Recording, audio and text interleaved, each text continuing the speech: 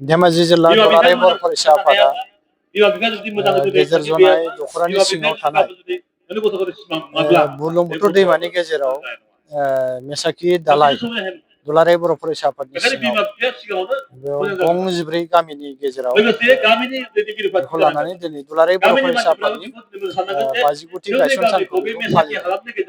दा दिनै दुलाराय बर' फरायसा आफादनि गायसन सान एबा 50 गायसन सान बेनि आगुनि दुलाराय बर' फरायसा आफादाव बिबान लानानै बर' हारिखौ मैखोम मोनसे हारि दानो थाखाय हाबा मावबोनाय गायसनगिरि आफादगिरि बानेस्वर बसुमतारी, गायसनगिरि गाहाय नेहाथारि खनकेश्वर नार्जारी सार बिथांमोननिसिम आंनि गोसो गोरबोनि खुलुमनाय सिबिनाय जासिदों आरो दुलाराय बर' फरायसा आफादनि गायसन साननि गासै बर' रायजो बिथांमोननिसिम आंनि सिबिनाय खुलुमनाय दुलाराय बर' फरायसा आफादनिफ्राय बयनिसिमबो बावहरदों। दिनै दुलाराय बर' फरायसा आफाद धेमाजि जिल्ला बिथांमोना नैबे मेसाखि हालामाव लानायनि थांखिया बेनो दुलाराय बर' फरायसा आफाद धेमाजि जिल्ला हिसाबै बिथांमोना गोबां माखासे हाबाफारि लानानै हाबाफारिखौ मावबोबाय थादों। बिथांमोना सोलोंथाइखौ नोजोर बोनानै बांसिनै हाबाफारिखौ लानानै बे ओनसोलनि थाखाय खामानि मावबाय थादों। दा बेबायदिनो दिनै गायसन खोब जों खाफाल गोनांबो होननांगोन। बे गामियाव बे ओनसोलावहाय गुदि फरायसालिबो गैया, ICDS सेन्टारबो गैया, एमइ स्कुल गैया आरो गोजौ फरायसालि गैया। दा बे गामिनि गं 14 गामिनि फरायसा उन्दै उन्दै गथ'फोरा फरायनो थांनो थाखाय गोबां जेंनानि मोगा मोगि जानांगौ। दा बेवहाय लामा मोनसे मोजां दं ना थांनो फैनो थाखाय ना माबा मोनसे राहा दं, बेनि बेबस्था जेबो गैया। बेनि मोनसेल' अपसनानो जाहैबाय दैमाखौ बारनो थाखाय मेसिन सालायनाय नावजों बारनांगौ आरो बेहायबो दैज्लाङाव जुदि दैया बारा जाबाय, दै बारा जायोब्ला बेवहायबो बिथांमोना थांनो हायै अबस्था जायो। दा बे अबस्थायाव बिथांमोना गावसिनि उन्दै उन्दै 4 बोसोर 5 बोसोरनि गथ'फोरखौ हस्टेलाव दोननानै फोरोंनो गोनां जायो आरो बेवहाय बिथांमोना गोबां जेंनानि मोगा मोगि बिथांमोना जानो गोनां जादों। दा बै जेंनानि मोगा मोगि जानो गोनांखौ दुलाराय बर' फरायसा आफाद धेमाजि जिल्लाजों बिथांमोना शेयार खालामदों।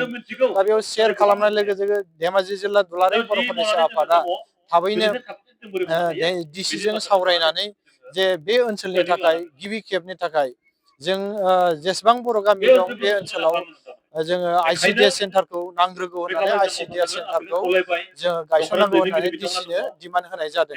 बे लेखायैनो डिसिया गासैखौबो होनो हाथ'वा होननानै गिबि खेबाव जों मोनसेल' होनो हागोन होननानै बिथांमोना दिनै साब डिभिजन अफिसार लेङाइ साब डिभिजन अफिसार बिथांमोना नैबेयाव जोंनि मेल जाबाय थानाय समाव फाथायहरदों।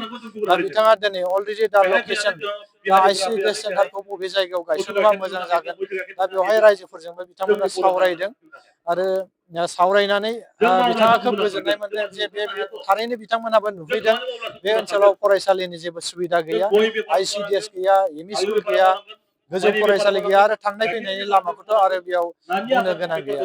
दा बेवहाय आं बे मोनसे खोथाखौ खावलायगोन जे जोंनि जेसेबां गोजौआव थानाय पलिटिकेलनि दैदेनगिरि बिथांमोनखौबो खावलायगोन जिहेतु बे ओनसोला दैमा बारनानै थाफैनाय, दैमानि गेजेराव थानाय जोंनि बर' रायजोफोर, दा बिथांमोना दैज्लांनि मेसेंनि गोबां खस्थ'नि गेजेरजों थायो।